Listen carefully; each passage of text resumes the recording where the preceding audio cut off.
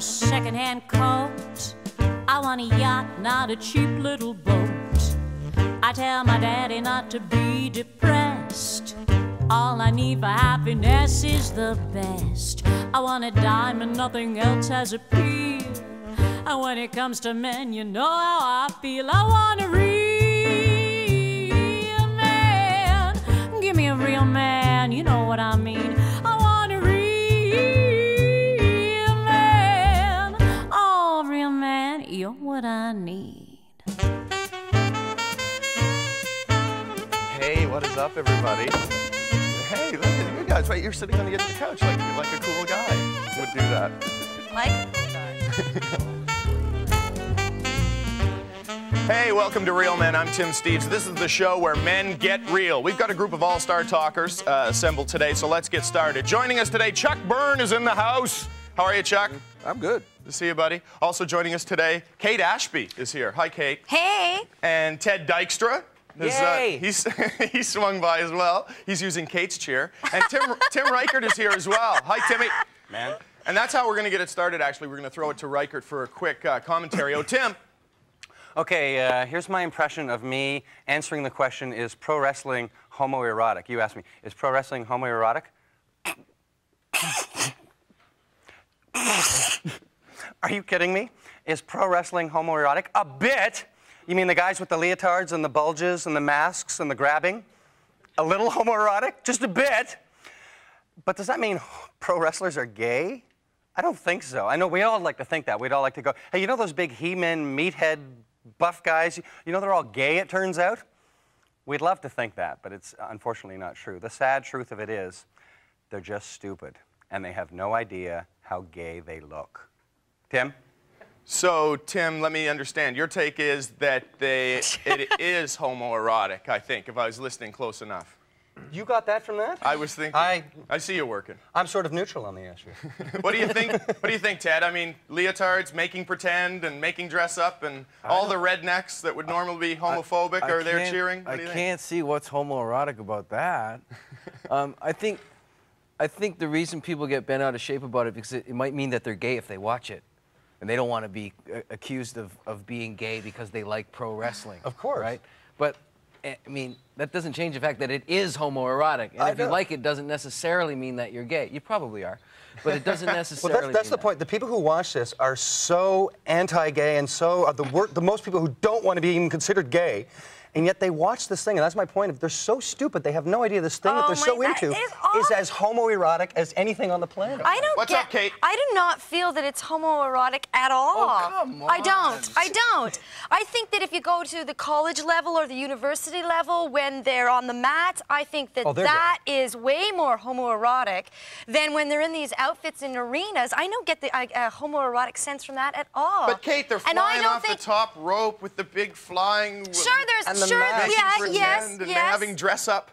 What do you think, Chuck? Let's hear from Chucky Byrn on this. Hold it. Oh, okay, go ahead, Kate. Kate's got more. So then people at circuses and these outfits, like, is it the outfits that are... They're all gay. $3 bills. Circuses, you name it. I think anything's homoerotic. It depends how you're watching it. Yes. Two construction workers riveting can be homoerotic to a gay guy who likes, riveters. Look at him rivet. Yes. Look at him, he's riveting. Yeah. I mean, he's riveting. Anything's homoerotic. It depends what you like. But if you're, a toothless yokel from Alabama watching TNN for your wrestling, odds are it's not crossing your mind what the guy looks like naked. That boy's got a nice bum. And, in ancient times, people talk about, like Greco-Roman wrestling is homoerotic too. And they go, well, they used to do it naked. They also used to bleed people to heal them. They did a lot of things. And it's not like they were heading down to the Gap to pick up a new pair of khakis in ancient Greece. But, Chuck, what about Tim's point that most people, to generalize, a lot of the people that are fans of the wrestling would be, quote-unquote, the rednecks? I mean, do you believe that?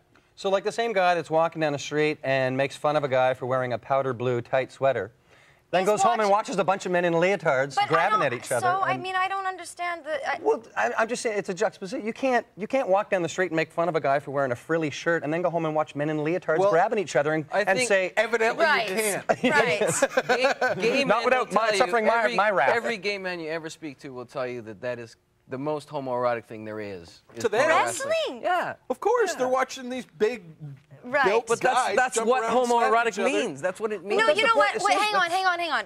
Please define homoerotic, period, for me. Just define. Homoerotic means something that not two, it could be a whole bunch of, this is homoerotic. Oh, that's homoerotic. No. Go easy on the cushions, man. Jeez. Now, aren't you worked up? Oh, Yeah, I'm that hot. is. Aren't you? That's I am homoeroticism so at its finest. I'm hot. Man, oh man.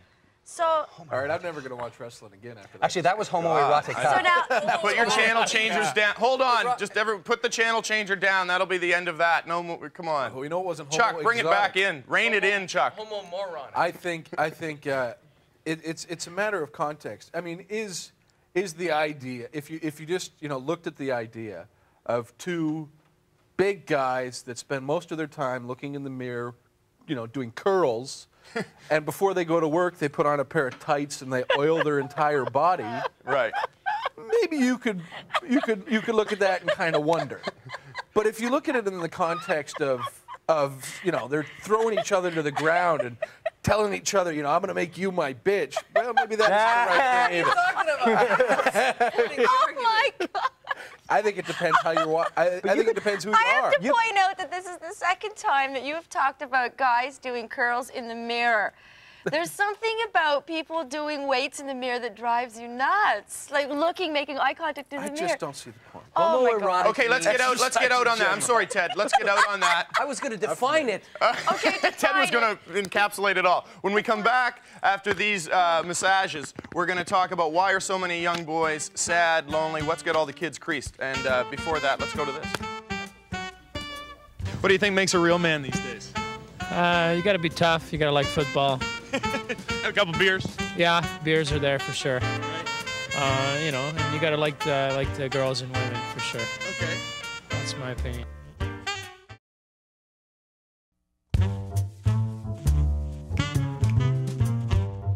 Hey, welcome back to the show. Well, we've hammered out homoeroticism of wrestling, and now we're moving on to something a little more serious. Why are boys sad and lonely? Young men are 4 times as likely to commit suicide as young girls. Let's send it to Ted Dykstra to get it set up. Ted? Well, it is a disturbing topic, and I was reading some excerpts from a book, coincidentally, called Real Boys. And the doc who wrote that book says that society is creating these little Columbine terrors because they're ignoring the needs of boys as they're growing up, and that the needs of boys as they're growing up is different from the needs of girls as they grow up, and that boys actually, when they're born and when they're infants, are more emotionally expressive than girls, but gradually learn to choke off these emotions and rein in their feelings as they get older. And the doc goes on to say that the role of a father should be to identify when he thinks a kid is getting depressed or abusing drugs and alcohol, and figure out how and when to step in and open a dialogue with the kid to stop the problem before it gets worse. But, I mean, Doc, do you ever stop to think that the reason the kid is in the basement listening to Creed records at a high volume and surfing the internet and cleaning his guns is because his father's a moron who probably stopped loving the poor little guy a long time ago and abandoned the kid and his mother and is now shacked up and starting a new family with a woman half his age that he met at the office's annual No Wives Allowed Grey Cup party in Aurelia? A guy like this is not going to be surfing the parenting section at Chapters and come across your book, okay? And I think that until fathers start stepping up to the freaking plate, there's going to be a lot more Columbines. Tim. Nicely done, Ted. See, we're not all just about the jokes here on Real Men. We can get serious. What do you think, Kate? Well, so you're saying that men and loneliness and all that jazz has a lot to do with fathers and being raised, which I agree with, but don't you think that parents that actually stay together and fathers that are there, don't you think that men are just in their movies, the way that they're nurtured from little boys, aren't allowed to express their emotions as freely? I mean, I don't know if that was the case for you guys. So I know what you're saying, but I'm wondering if I mean, absent fathers is never going to be a good thing. Parents, period. Absent parents. But don't you think that it's even more than that? Even if the parents are still there, don't you think that we just don't have... What about it, Chuck?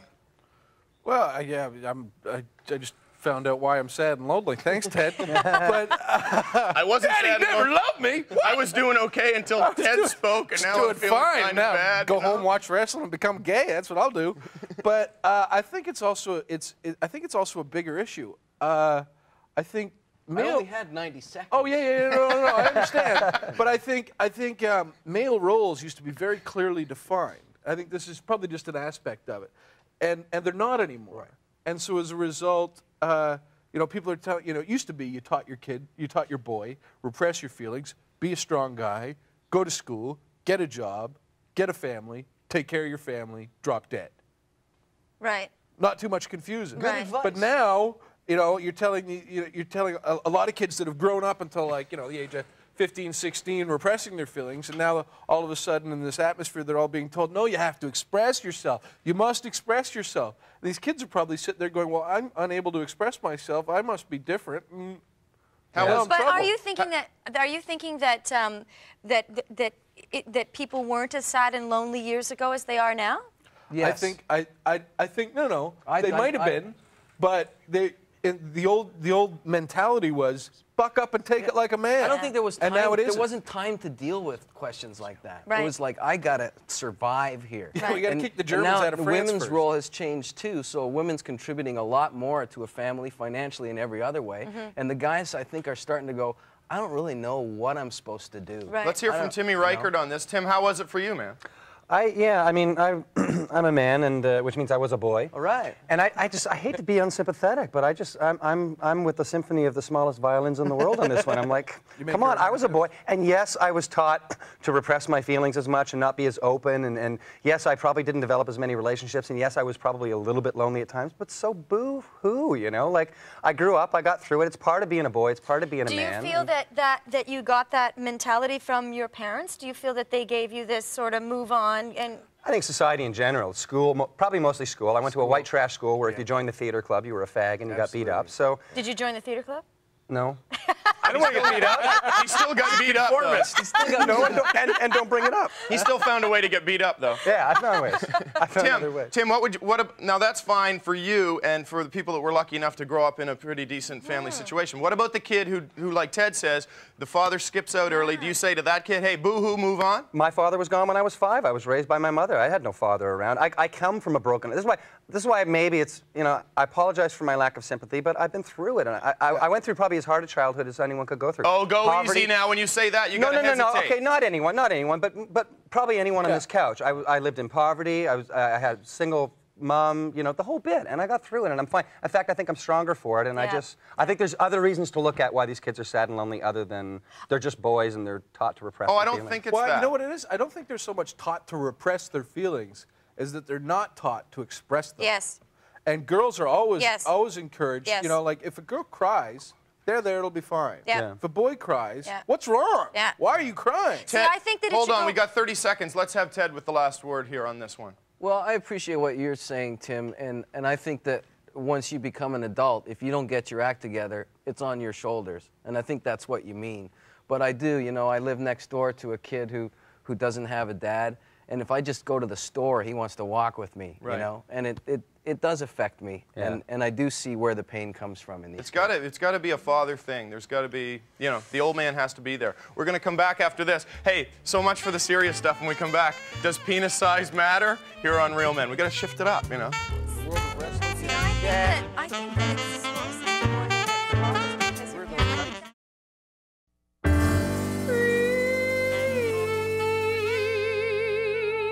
Hey, welcome back to Real Men. We're going to switch it up, have a little more fun with this segment. Does penis size matter? Does it? Maybe. Hey, he's rock hard, though. So no matter. Hey, I'm just making this stuff up, Kate. Come on. Kate, what do you think? Does size matter? We'll start with a female perspective, obviously. Okay, well, first of all, Please say no. Short answer. it better be this big. No, first of all, the vagina's only got feeling for the first half inch. You're qualifying. So how could size matter? Size does not matter. Wait a minute. Now wait a minute. Two aspects of Let size. Kate finish. Hang Let Kate on. finish. Does width matter? There you go. That's size. That's part of size. That's what I was going to Does get at. width matter? Maybe a little bit more than. Does width matter more than length? Length does not matter, and it's probably, if anything, probably more than width. But as the saying goes, it's not the meat, it's the motion. Man, that's great news for the statue. Okay, what is an unacceptable width? To be honest with you, I once had sex with a man who had a very... You once had sex with a man? I did. I once had This is sex. the kind of stuff we want to hear. And he had a very small penis, and Define very small penis. It was small. It was really small. Give me a number. What's his name? I just want to know if I'm the guy you're talking about. If you ever had sex with Kate, you'd remember on Tuesday. 12 please inches long. tell It was me. tiny. What? It was tiny. It was wouldn't really forget. tiny, but it was the best. What is really tiny? Really tiny. It was like 2 inches? It was tiny. It didn't grow much. It was tiny. Was it bigger than that? No, it was about How that many size. props do you have, Chuck? Yeah, it was a bit. Pinky ring. I don't have big fingers. In its erect position. Yes, it was tiny. Really? But how wide But it was would it have wider. been? It was Starting wider. to feel pretty good about Oh, myself. for God's sakes, you guys. Well, Okay, all right. We're talking It's like- about it, aren't we? Did it have a pinky long. penis ring? Okay, now what the did you hell? do when you were touching? But it, sketch can I artist please- in here? Hold on, one at a time. Let's hear Kate talk about her sex story. What are you guys, idiots? Thank Come on. you, thank you. Yes. And I have to say that it was some of the best sex I've ever had. All right. Definitely. You just he made knew a how lot to of use it. viewers very Is that happy. because he could touch his nose with his tongue, though? Now that's a whole other story. No, I was because yeah, he was an amazing lover, and maybe he was trying to compensate for it. I don't know, but it was amazing. So I've been with big, and I've been with. Kate, do you think the guys that have the big penises tend to say, "Well, I've got the big penis, I don't have to try very hard"? Yes. Yes, I Interesting. do. I do. I think it becomes much more of a. Is there a too big? There you go, honey. There's your prize. Yes, What do you want there from is me? there is a too big. There's a woman suing in Ghana, right? This woman's suing for divorce from her husband because his member is too large. She's afraid it's going to rip her the hell apart. Yeah. And she's suing for divorce and kill her. That's in the thing. And kill me. She's yeah, concerned she's for scared her she's life. gonna die. And she's suing for divorce, and it's the first one where she's because he's just too huge. Chuck told her he'd Chuck go told easy. us Ghana. Apparently Ghana. Ghanese men. Wow. Go to Ghana. I would think that would be more of a problem for being too big than too small. See, I heard it was small, medium, and Dutch. What's The three, me. Small, medium, and Dutch. But a girlfriend told me that, and then after she slept with me, she said she thought she might have got it wrong. But I think penis size does matter, but it only really matters to men. Exactly. And the thing that's is what I that if think. a guy is confident, that is the sexiest thing going, period. Sure. Right? And then if you add, he can make you laugh. Well, generally speaking, by the time she finds out how big your dick is, you're pretty much in already. She likes you at that point. Right, It'd be right. awful, though, if you got to that and she went, I really got to go. Yeah, yeah. I got an early. Now, there's this whole thing that's what we're scared of. that women have a harder time showing their vaginas than men do showing the first time. They say that's why some women don't have sex a lot, because it's hard for women to say, this is my...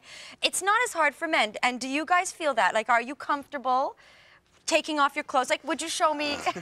You are set. How much more would you be show setting us me? up? So are you comfortable? Sure. Are you comfortable With who? with taking your clothes off and... Anywhere. What context? So you're on I mean, there's some guys that just love being naked. Yeah. Well, let's I mean, set there's the guys that Chuck, you put Chuck, 6 let's beers set in the them and their table. clothes are coming off. Period. Chuck, let's set the table. You get home after a couple of dates. Let's say you've had a couple of dates. You don't know her very well. You both dig each other. Things are going down a road. How comfortable are you I've got disrobe this at that woman point? back to my place. Odds are she's so drunk she's not going to be seeing clearly anyway. So me being naked really isn't going to change anything too much, just so long as the police don't discover her before, Are you comfortable nude? I live naked, but I live alone. Are you comfortable in front of another woman nude? In front of Another woman? A woman nude. Besides me. Ow. Yeah. I mean, I'm comfortable as long as it's... I mean, if I'm comfortable with someone, I'm comfortable with someone. Right. And the only time I'd be uncomfortable is if somebody made a comment, then the wall of insecurity would come tumbling down, Right. and it would be all over. Right. So it's probably yours- it's probably a fragile confidence. Right. Okay, good. Ted? I'm comfortable if we're going to have sex, like if that's what it's about. But I'm not into like nudism and hanging no. around the house No. and like, Yeah. brushing our teeth nude and cooking and, But it's just also- mixing Cooking's things that shouldn't be mixed. Right, right, You know right. what? When you're about to have sex with somebody, you're really not thinking about how naked you are. I'm usually Let's get thinking outta here about on how that. naked she is. Right. Running out of And time. that's where most of my focus is. Right, right, right. I like the body language on all the guys on panel. Everybody's got their legs crossed. Reichert's loosened up a little bit now. There we go. We're going to come back after this and talk a little more about does size matter? Kate says no. Coming right back.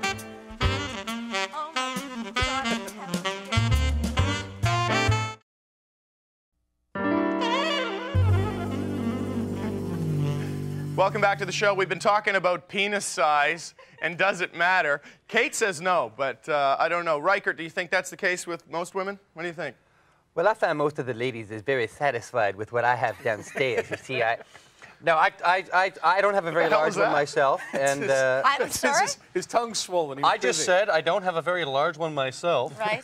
But oh, so pretty. Can you it's touch just your oh nose? so pretty. It is just so beautiful. You just want to put it in your mouth. It's little so. mole.